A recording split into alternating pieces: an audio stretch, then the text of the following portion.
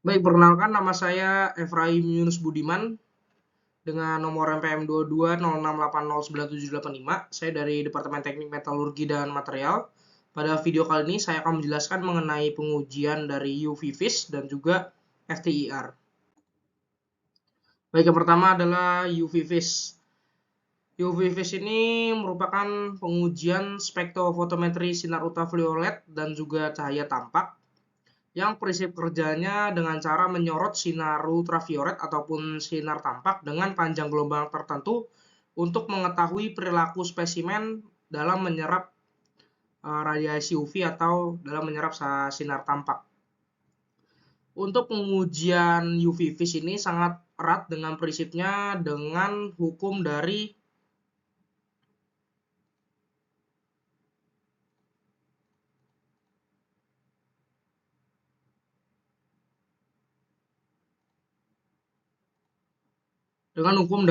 Braggs Law.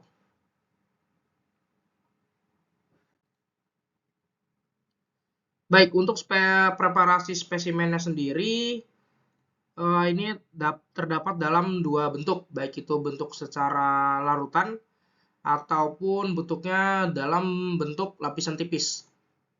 Spesimen yang digunakan itu harus memiliki syarat yang di dalamnya itu harus mengandung gugus kromofor, sehingga spesimen itu dapat menyerap radiasi ultraviolet.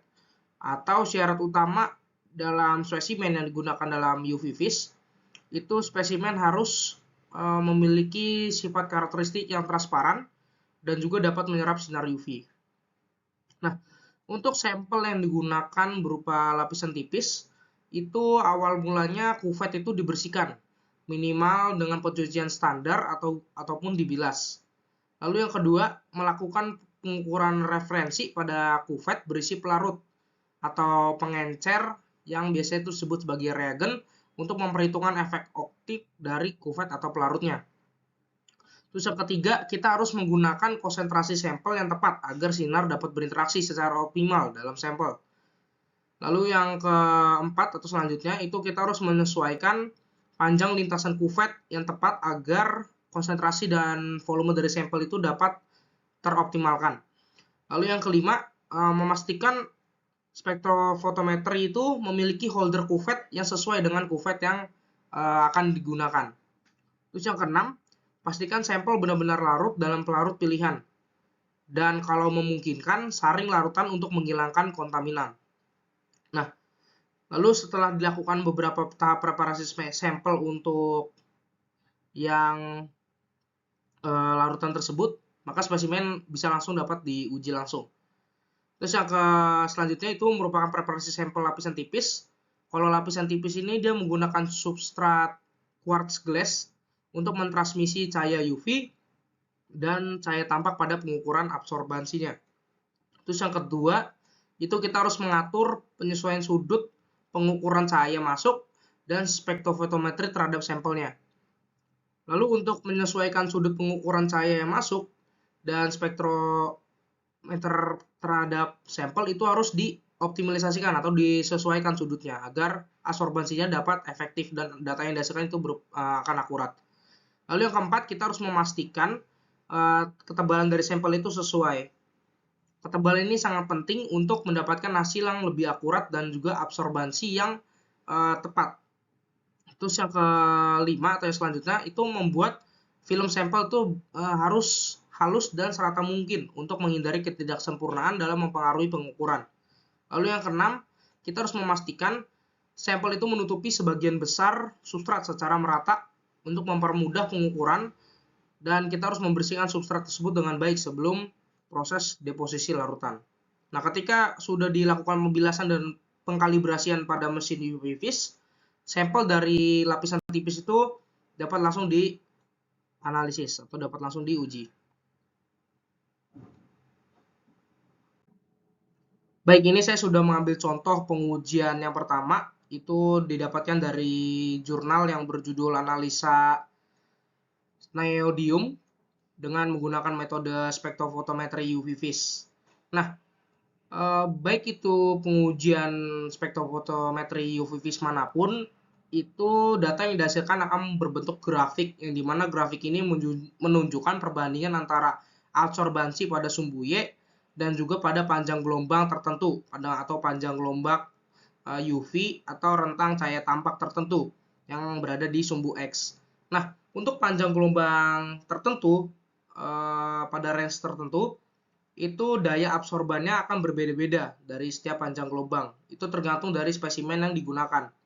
Nah, untuk spesimen yang dengan kandungan neodymium ini, pada panjang gelombang sekitar 658, itu daya absorbannya akan menjadi maksimal. Dan daya absorban maksimal ini yang dijadikan sebagai acuan untuk memproses atau menganalisis kandungan neodymium pada sampel larutan. Sehingga daya absorbannya sebesar 0,4 ini dapat menjadi acuan untuk menggunakan panjang gelombang sekitar 658 nanometer tersebut untuk pengujian berikutnya. Nah, lalu pengujian berikutnya merupakan pengujian dari pengaruh konsentrasi terhadap intensitas serap.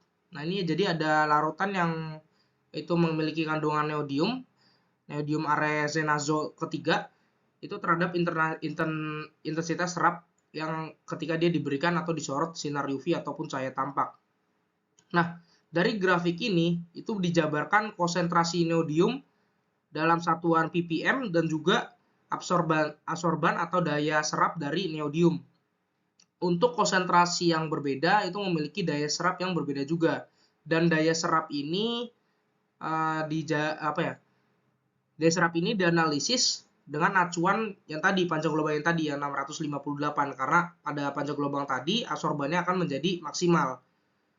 Nah, ini sudah menjadi maksimal dari setiap masing-masing konsentrasi, di mana pada konsentrasinya itu 1 ppm, maka dia akan menyerap sekitar 0,2 absorban neodymium, dan begitu pun seterusnya.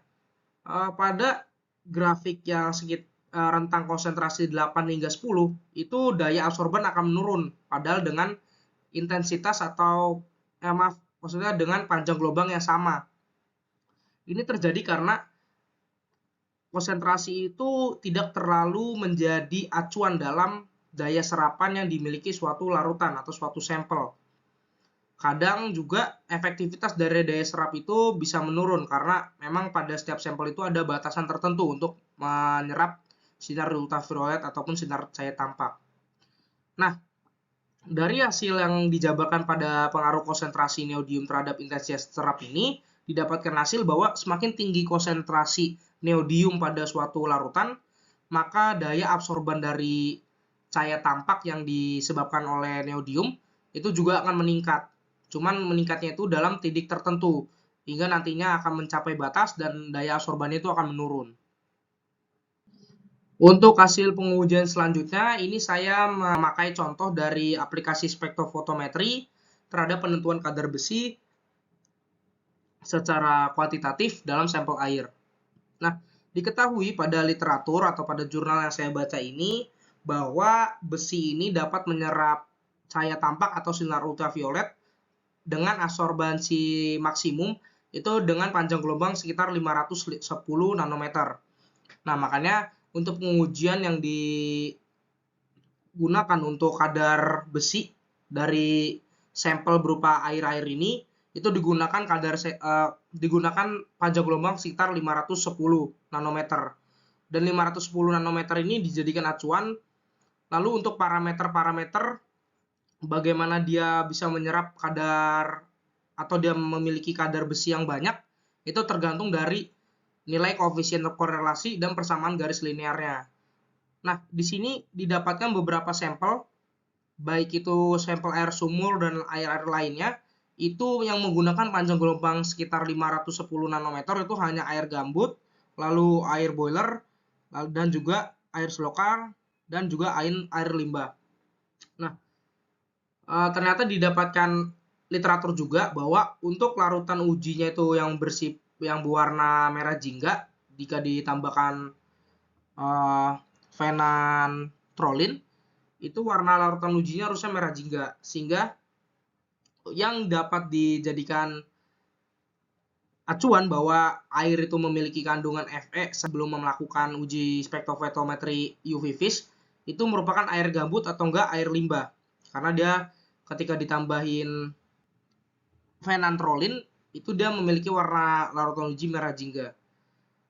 Nah, lalu ketika dilakukan uji spektrometrimetri sekitar 510 nanometer, karena itu merupakan daya serap yang dimiliki oleh kadar besi, ini didapatkan hasil bahwa air gambut itu lebih besar kadar konsentrasi besinya dibandingkan air limbah. Kenapa? Karena pada air gambut ini koefisien korelasi atau R kuadratnya ini hampir mencapai 1.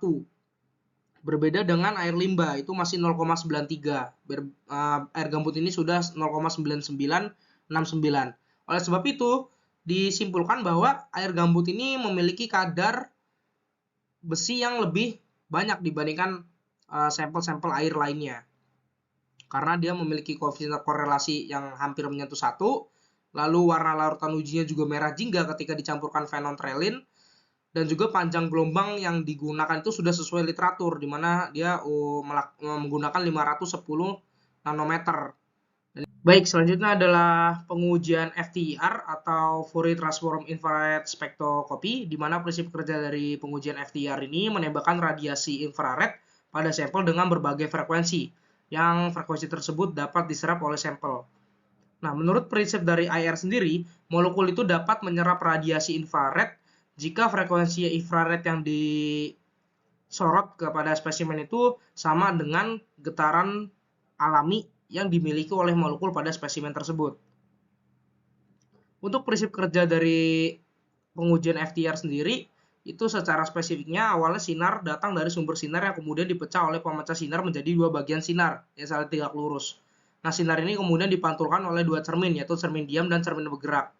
Kemudian sinar hasil pengantulan dari kedua cermin tersebut akan dipantulkan kembali menuju pemecah sinar untuk saling berinteraksi. Nah, gerakan dari cermin yang maju mundur itu akan menyebabkan sinar pada detektor berfluktuasi. Nah, terus intensitas sinyal itu akan menambah dan berkurang sehingga menimbulkan gelombang kosin. Nah, plotnya ini didefinisikan sebagai interferogram. Kemudian melalui Fourier transformation interferogram akan diolah menjadi spektrum dari time domain menjadi frekuensi domain, sehingga nanti detektornya akan menghasilkan data dan grafik tertentu.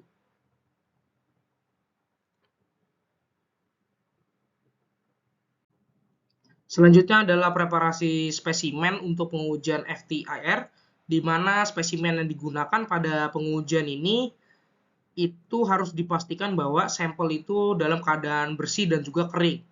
Nah, bentuk sampel ini dapat beragam tergantung dari jenis instrumen FTIR yang digunakan, bisa berbentuk padat, cair, ataupun liquid film.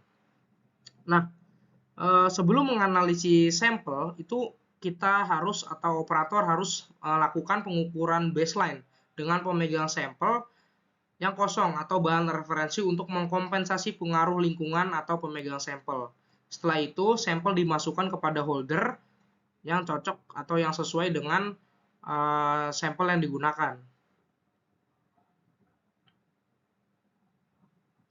Dan untuk ketebalan dari lapisan film ataupun liquid, volume liquid dan juga massa dari serbuk padatan yang digunakan itu tergantung dari standar pengujian yang diacu dan juga spesimen yang ingin diuji melalui pengujian FTIR.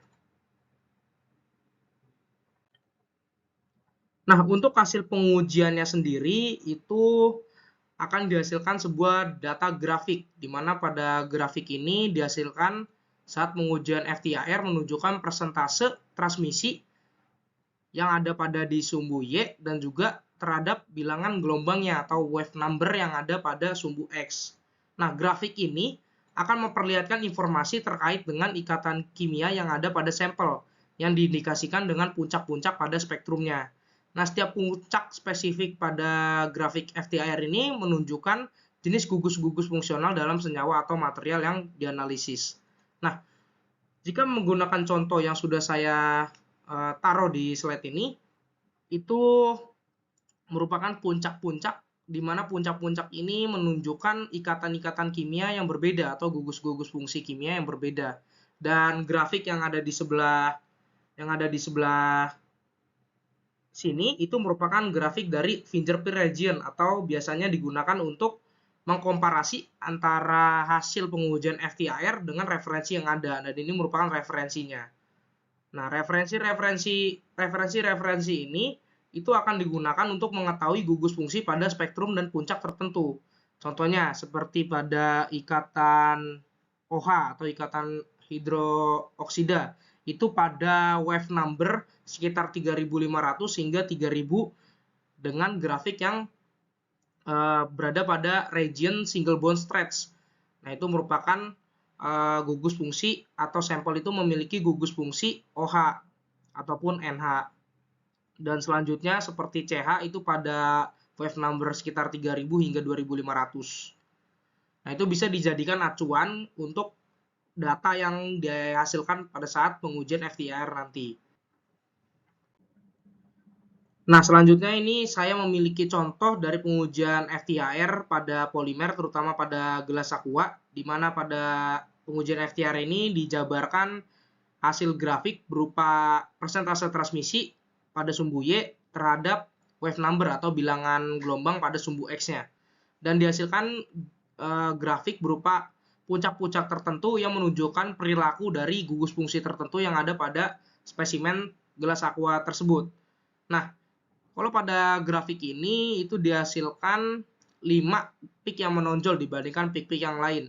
Nah, kelima peak ini adalah peak dengan wave number sekitar 2.949 per cm, 2.865 per cm, 2.837 per cm, lalu ada 1.452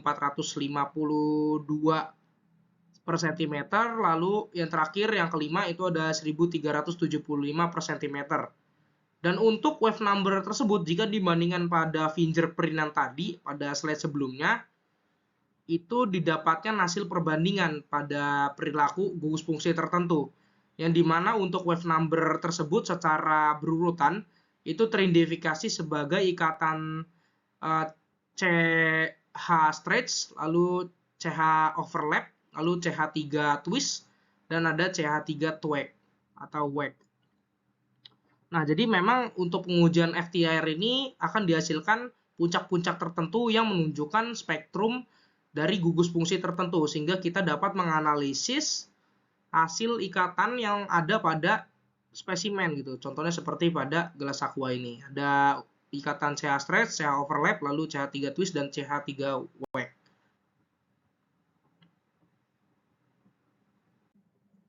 Sepertinya hanya ini saja yang bisa saya sampaikan pada video kali ini mengenai pengujian FTIR dan juga UV-Vis. Untuk kurang dan lebihnya saya meminta mohon maaf, dan untuk perhatian dan waktunya saya ucapkan terima kasih.